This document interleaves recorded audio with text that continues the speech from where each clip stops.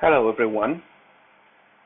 This is a revision of the first session that we had last week, and with the purpose of agreeing on how we're going to understand the concept of assessment and also how assessment is connected to the process of learning. In order to start, I would suggest that we think about the following two questions. First of all, why do we assess language learning? How is it important, relevant to assess a students while they're learning? And the second question that we're going to discuss today is, what is language assessment? How are we going to agree on a definition of the concept? But we're going to start with the concept of learning. Learning, in the first place, is the concept, is the essence, is the core of what happens in education. What is the main goal, the main interest of a teacher and of a language teacher? Is it to teach? It could be, but to teach is not the ultimate goal. We teachers teach because we're interested in our students learning. But in order to understand learning, probably the most important distinction we have to make is that learning is a different process from teaching. That is to say, the fact that we teach and we have a wonderful lesson plan and all the materials and resources for our lesson doesn't at all imply that the students we're teaching are actually learning. Since teaching and learning then do not have a cause and consequence relationship, then how is it possible that we understand the concept of learning? Well, in order to tackle a comprehensive understanding of the concept, the first consideration would be that learning is an internal process. It's not possible when you're teaching to observe whether the student is learning or not. You may observe that the student is interested, that the student is working in the task, but neither of these behaviors or anything that you can directly observe would imply directly that the student is actually learning. Learning then is or could be claimed to be impossible to observe directly. But even if we cannot observe it directly, we still know a few things about it from what we can observe after observing and assessing and teaching a group of students for a long period of time. The first thing that we can say about learning is that unless the student has some physical or biological limitations, learning will occur. Human beings learn by default. And that learning builds on previous learning. And the learning we are developing today is going to be then the basis for future learning. So we can say that learning grows, and that growth develops in a continuum. But also, we have to consider that that continuum in the process of learning is not linear. That means that if a student proves that he or she has learned something today in our class, that doesn't mean that the student will remember or that that learning will stay with that student tomorrow. So, how many times have you seen, for example, a student who answered a question correctly or solved a problem correctly today, but then the next day that same student doesn't remember or is not able to solve a similar problem, or doesn't remember the information that he was so successfully able to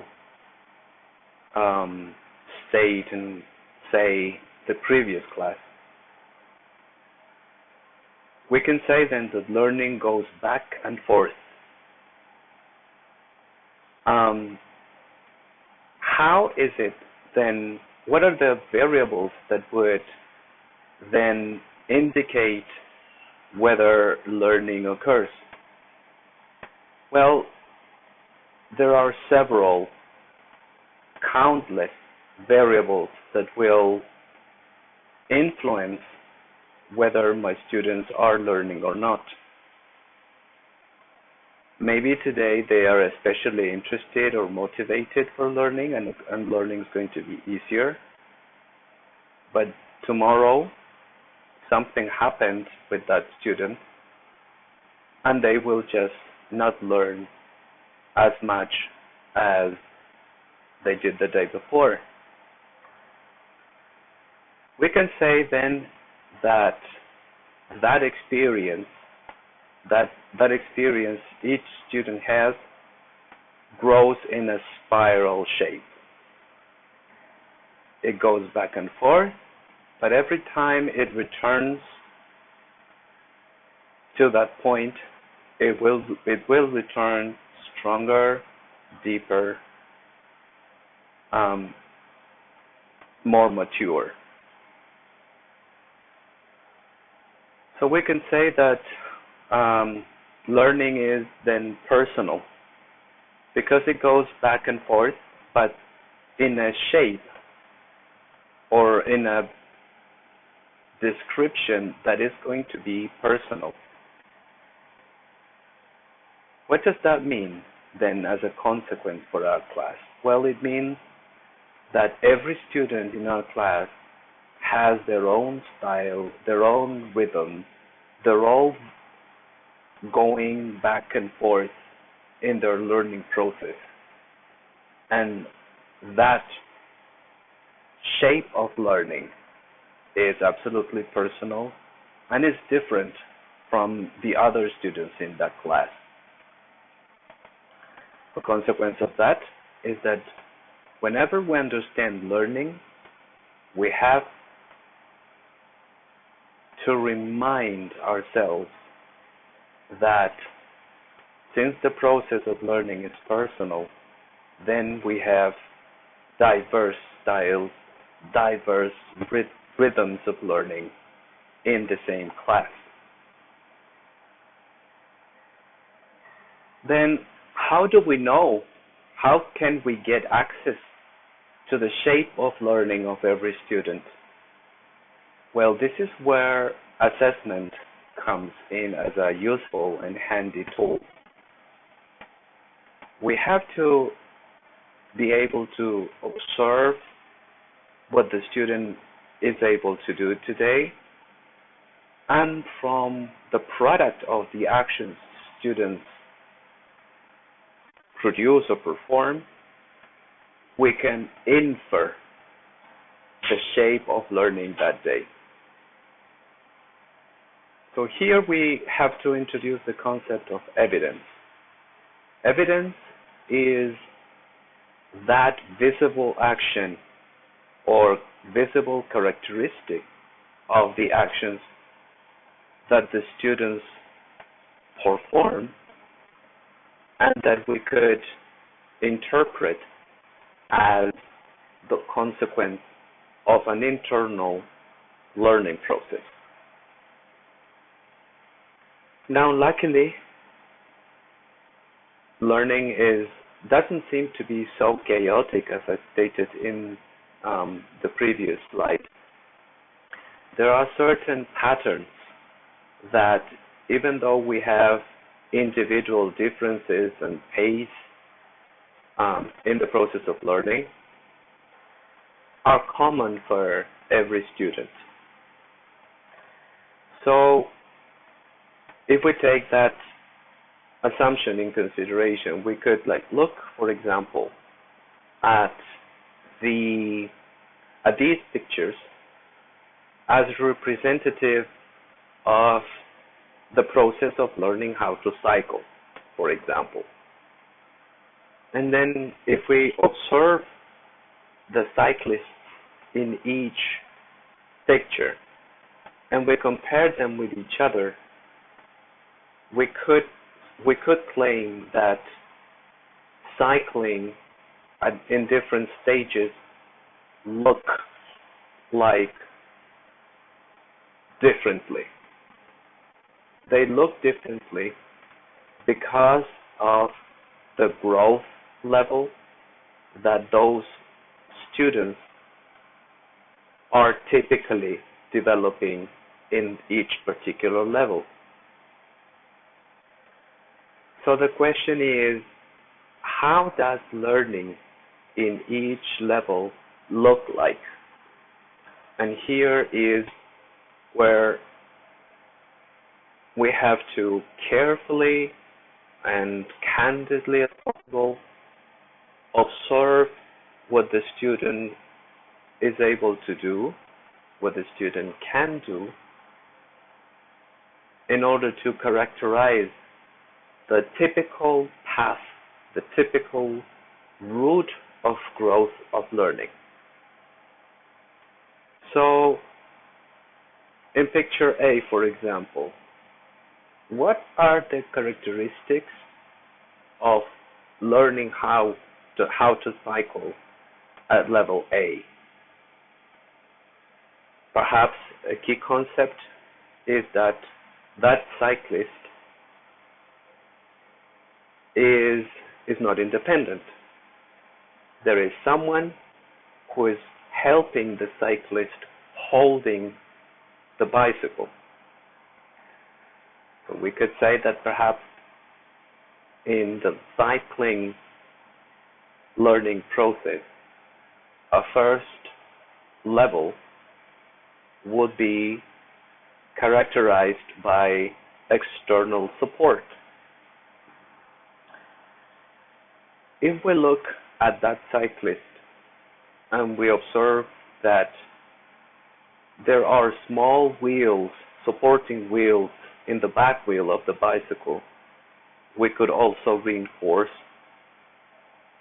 the fact that a typical cyclist in level A is that cyclist that needs support. Then if we look at the angle where the bicycle is held, we could say that cyclist perhaps has problems to keep a balance. So the reason why that cyclist needs support is because there is a problem, there is still a challenge of balance for that cyclist. So we could say that there are two features that characterize a cyclist in the process of learning how to cycle in level A. Then if we have all the evidence in picture A that help us interpret that there are certain criteria that has a particular definition in level A, and we compare that with level B, we could immediately say that a typical cyclist in level B that has grown to level B is one that has a lot more control of the bicycle. You can see that the angle of the bicycle is a lot we could say that that cyclist holds the bike in a straight angle. But still, that cyclist doesn't seem to be secure enough, self-confident enough, and the reason why we could interpret that is because the evidence, that is to say what we are observing, is that there is a person who's still helping the cyclist hold the bicycle. So we could say that even though there is some control of balance in level B, the cyclist in level B still needs support. And so on. If we look at the cyclist in level C, immediately we observe the evidence shows that that cyclist doesn't need external support anymore. We could also say perhaps that cyclist has a stronger control of their balance, but we could also say then that perhaps that cyclist, even if these two characteristics of the previous levels of cycling, that cyclist is still cycling rather slowly. So speed seems to be a new criteria that will help us characterize a typical cyclist in level C. And that would eventually be the difference between level C and level D, because we can observe from the fact that this photograph taken of cyclist in picture D is blurred, we presume that cyclist in level D is able to cycle very fast.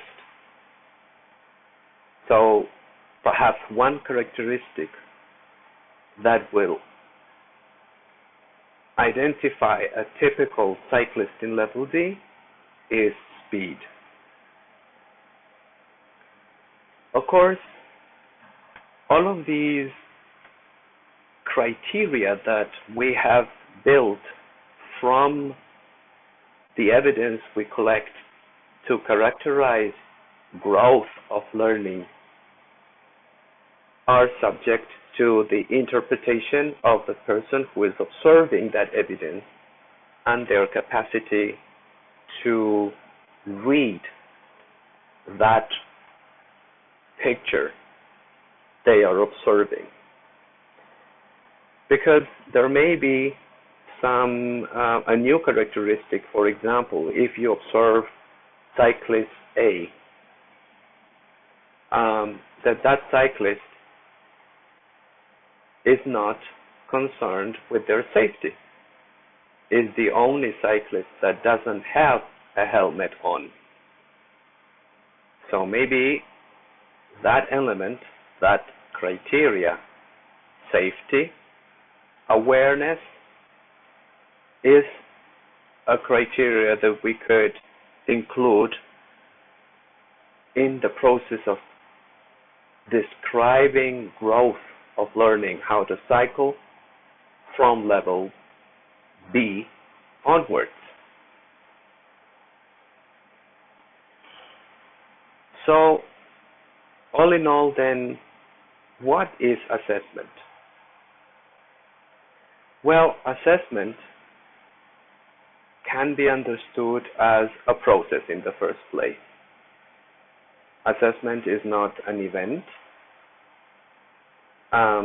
Assessment is a process, and that process consists of collecting information about an object of interest, which in the case of language teachers is language learning, evidently, according to systematic and substantively grounded procedures, Bachman would say. So this process, the process of collecting evidence, collecting information, has two characteristics that makes the process different from other processes. And those two characteristics are that assessment is systematic and substantively grounded. Systematic is a key characteristic of assessment that makes the difference between assessment and other processes or phenomena that we're going to discuss in the next slide. And substantively grounded is a concept that aims at or suggests that assessment needs, requires, demands from the person who is performing that assessment that he or she has strong arguments that would help support the strength, the value of the judgment and the interpretation of the evidence they have.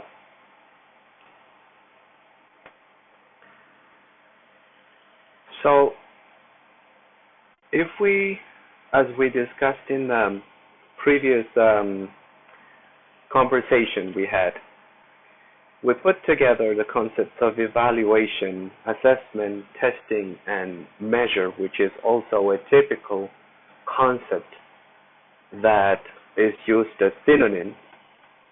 It's important to mention that these four concepts are not at all synonyms.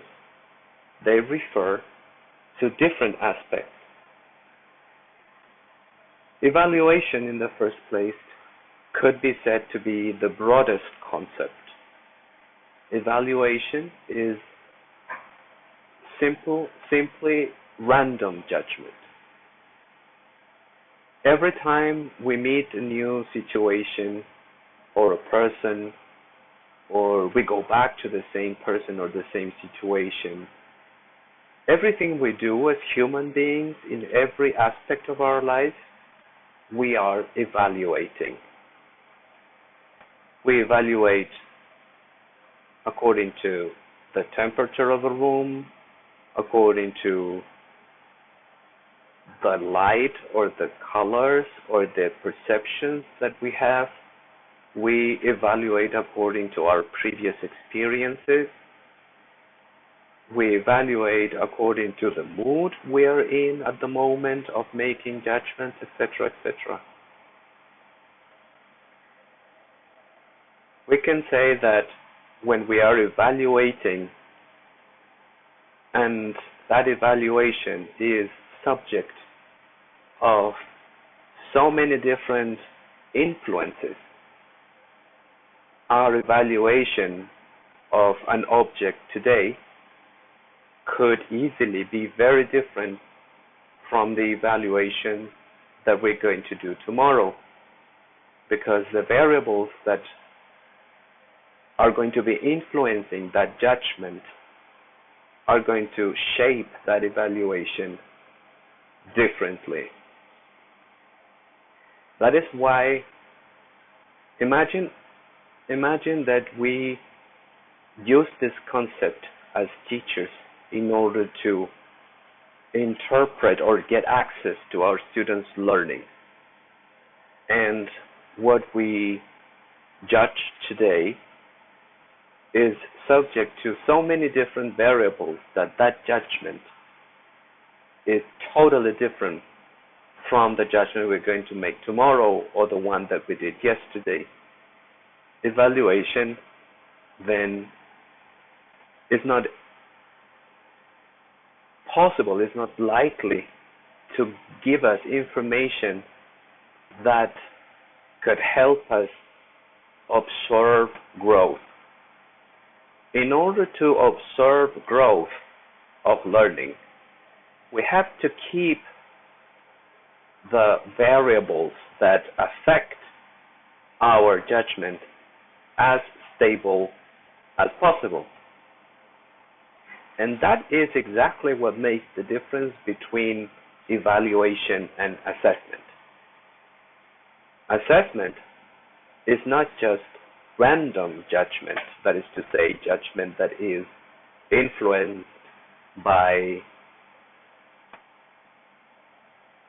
on-the-spot variables, but it's a process that is systematic. That is to say, we have a method, we have a routine, we have a certain protocol that we follow again and again every time we assess our students' learning. That systematicity will give us a lot more confidence that the judgment we're making is comparable from the judgment we made yesterday and the judgment we're going to make tomorrow.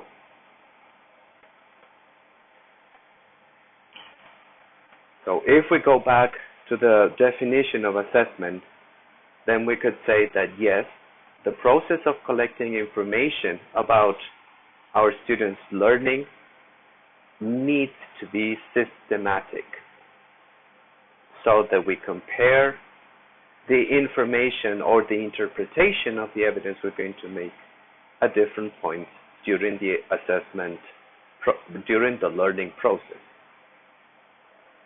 So how come that many teachers and even experts in assessment use the word testing and assessment as synonyms?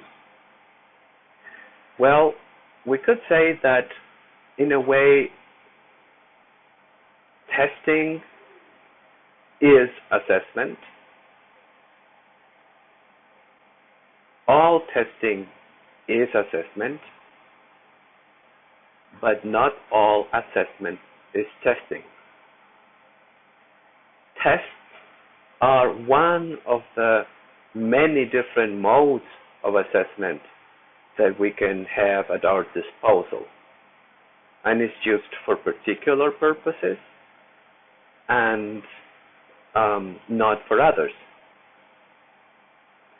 And then the word measure, which is also frequently heard when people are talking about assessment, is only one of the possible modes of interpreting the our students' responses when we're testing them. All in all, then, we can say that measurement is related to how we interpret the evidence we collect. Testing refers to a procedure, a specific instrument that we use in order to assess a student. And that assessment is a lot broader than testing, simply because there are a lot other modes of assessment, as we're going to discuss later. But all in all, what makes assessment, whether it's testing and whether the interpretation of the evidence is made through numbers, it's still systematic. And that systematicity is what makes assessment different from any random piece of judgment that we can make in our daily lives.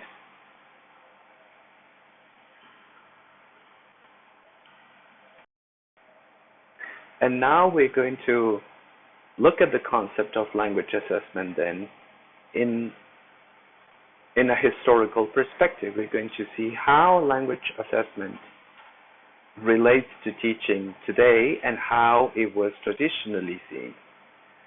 Well, we can say the language assessment in the first place today is viewed as a social, culturally embedded process. Before that, language assessment was simply or primarily a technical activity that consisted of obtaining test scores and analyzing these statistically. Perhaps then we can say that before, testing was the same as assessment. But not today. Today we can understand assessment in a broader perspective. We're going to go back to that later on in the course. Also, language assessments were seen typically as measurement instruments. And again, the concept of measure was a typical concept that could be associated with assessment. But today, language assessments are seen as activities that reflect the values of the culture and help realize these. In other words, today we understand that language assessments are not simply tests that are interpreted through numbers. We understand that assessment has a wider perspective that includes aspects that are not possible to include in a typically controlled situation like a test. And finally, language assessment as a field was understood years before as a narrow focus on tests used to make major decisions about large number of test takers. And on the other hand, today, that focus has been broadened, including what we will call classroom-based assessment as part of this concept, and a very important part of the concept because it's that kind of assessment that provides information to improve learning and teaching.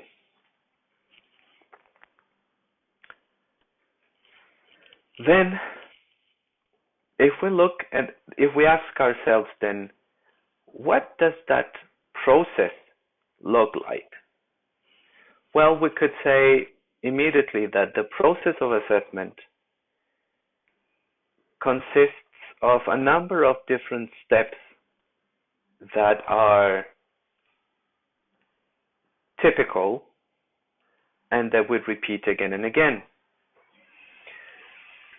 A basic model to understand the process of assessment would obviously include as a first step the observation of evidence.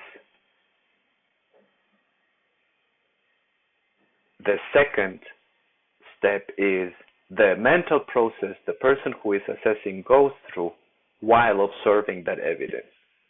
And that is the process of interpretation of that evidence. This student is doing X, and that X means that the student has got the Y level of learning. And that interpretation of the evidence can help us get some conclusions. For example, the student with this evidence shows that his level today grew, is higher than yesterday, and the conclusion would be this student is moving forward in their learning or not. And what do we do with that information? Well, we make decisions of different kinds. We can make decisions about what we're going to teach next. We're going to make decisions on what are we going to inform or report parents in regards to the learning process of their children, or several other purposes. So we could say that there is an observation stage, an observation of the evidence, then interpretation of that something that we are observing to reach some more generic conclusions that will help us make informed decisions. Let us look at assessment as a cycle from another perspective. Perhaps we could say then that assessment is a recursive process, a process that goes round and round, that is repeated again and again. And that process consists of collecting information about students' learning in order to make decisions, either formative decisions or summative decisions, and those decisions then will have consequences. That is to say, the decisions we make will have an effect that will make the process of learning move, and that movement we're going to make, informed by the assessment process we've carried out, will help us as the basis for initiating the process of assessment again. We could also say that that process, if we double click on the first stage in this model, that the process of assessment is recursive. That is to say, it rolls cyclically again and again. It's a never-ending process where each preceding step supports the following. The information we collected in the previous assessment process helps the support for the next one, and so on. What are some of the considerations that we have to have in mind the moment we are initiating an assessment procedure? Well, we're going to go back to this model, by the way, later on, and we're going to discuss them in depth, but I'm going to present it this way. The first consideration we have to make is to define clearly in a way that the person who is assessing, the teacher, understands it in similar terms as the person who is going to be assessed, that is to say the students, and parents, and authorities, everyone. So the first consideration, the first action that the teacher makes when they assess a student is to clearly define what they're going to assess. That definition, that decision they make is at the center, is the heart of the assessment process. The second consideration to have in mind the moment we are initiating an assessment process is why. That is to say, what are the reasons that would support the initiation of an assessment process? Or in a different way, what are we going to do? What are the how are we going to support the necessity to initiate an assessment process? What am I going to use that information for? Am I going to use that information to give my students information or feedback on their learning process? Is it going to be information that I'm going to use in order to adjust my teaching? Or is it going to be information that I'm going to use to inform people outside the classroom? All those considerations are under the concept of why. The third action, actually, that we have to consider in the assessment process is the process of communication. We have to make sure that what I have stated as what I'm going to assess and what are the reasons why I'm going to assess my students are well communicated, are effectively communicated to the other stakeholders, not only students, the students I'm going to assess, but also parents and also school authorities.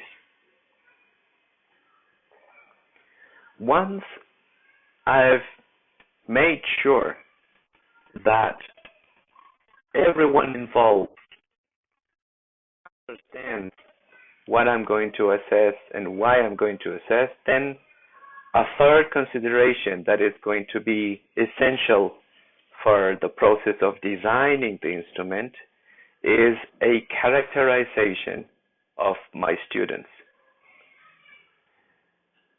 It's important to relate the characteristics of the students to what I'm going to assess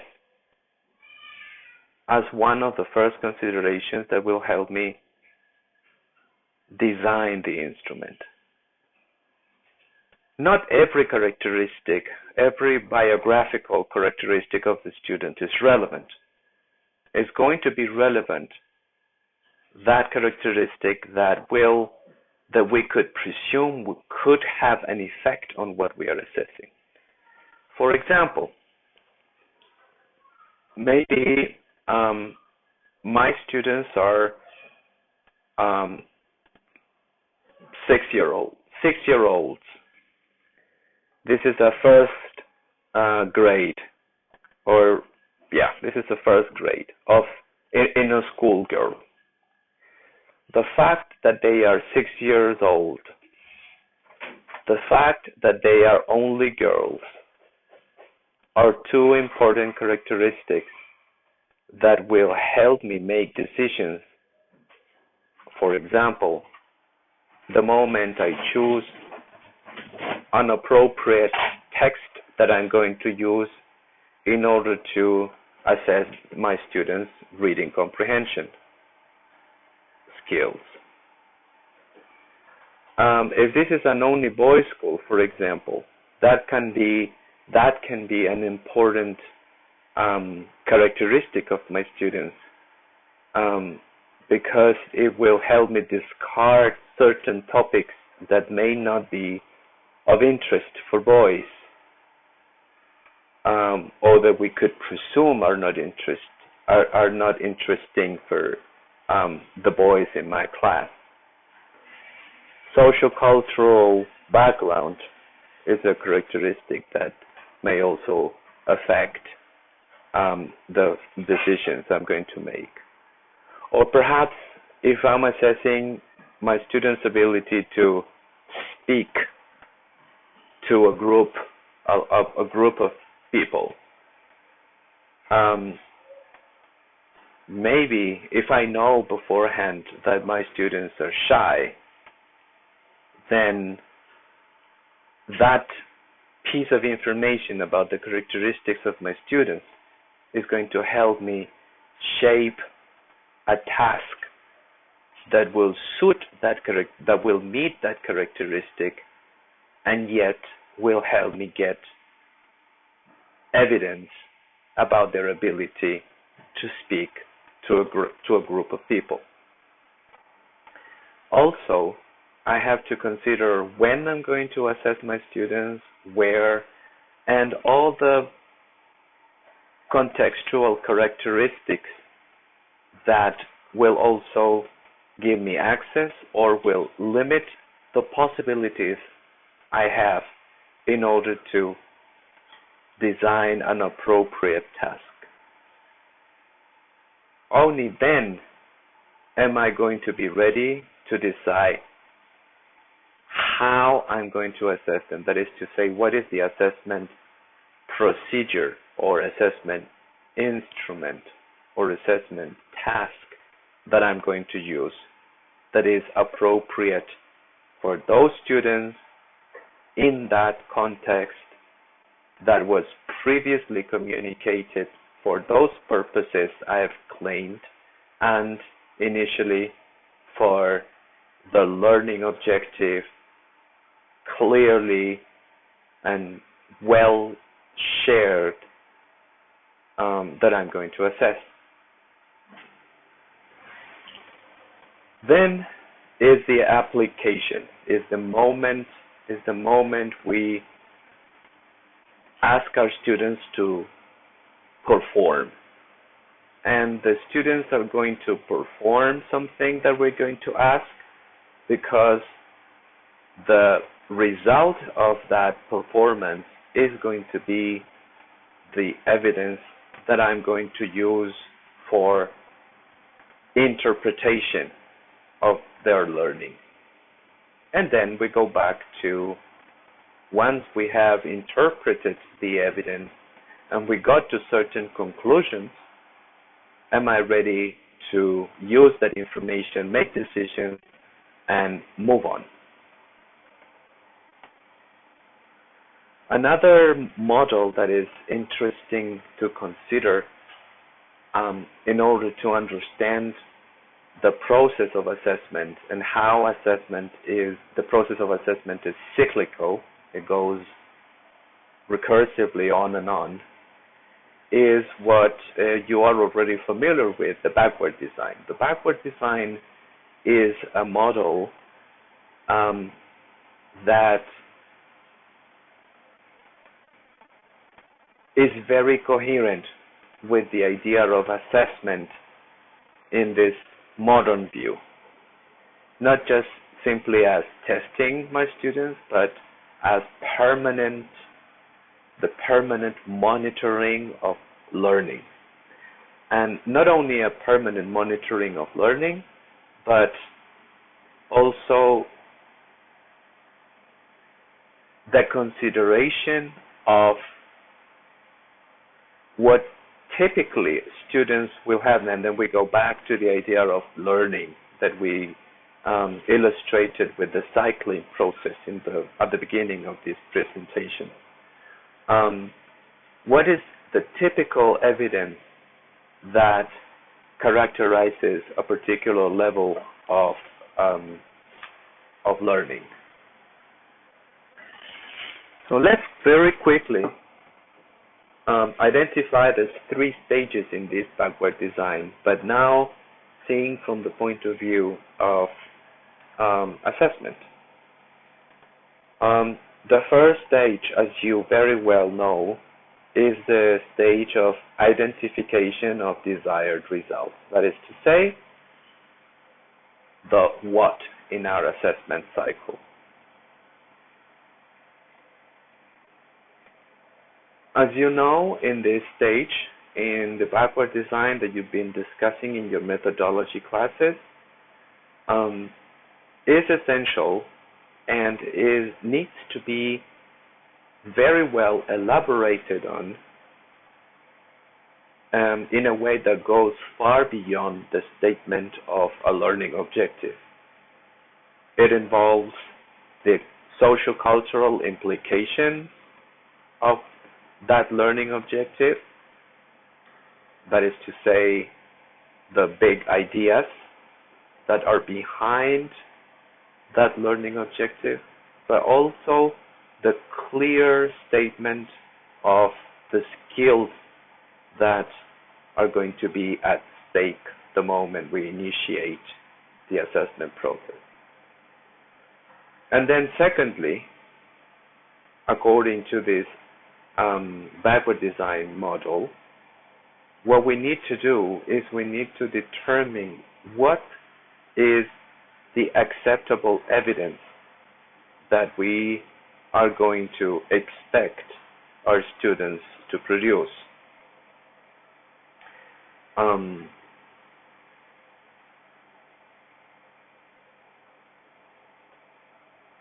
That is to say, what are the characteristics that are going to be proper for the particular level of the language assessment that we're going to assess.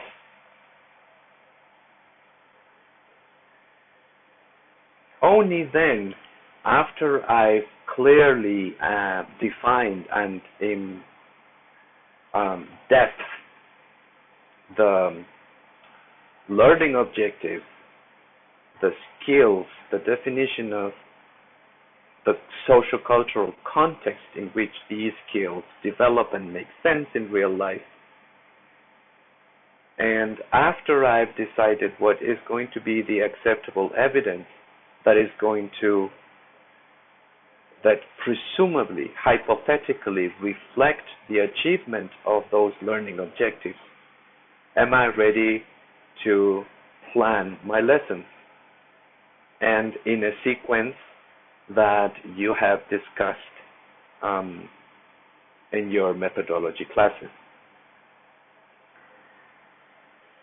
So all in all, assessment as seen today is a lot more than testing. Assessment is a particular rationale that will help me carry out my teaching process in such a way that at times it will be very difficult to distinguish from assessment. Finally, let us look at assessment understood in the context of the classroom.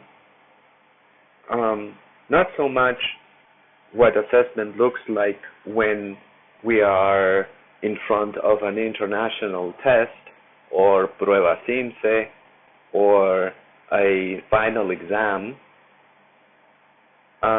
but rather how assessment is used when we are in the day-to-day classroom. Well, this model is very similar, is consistent with what we've discussed before. We give our students an assessment task. Students get into action, and then from that action, we get the opportunity to observe what the student does, and according to that, we describe it, we register, and then that information is the one that I'm going to use to make interpretations about my students' language ability that will help me make decisions that will support or will inform further actions. Any questions you have in regards to this presentation, you can put them in a comment in Google Classroom. Thank you.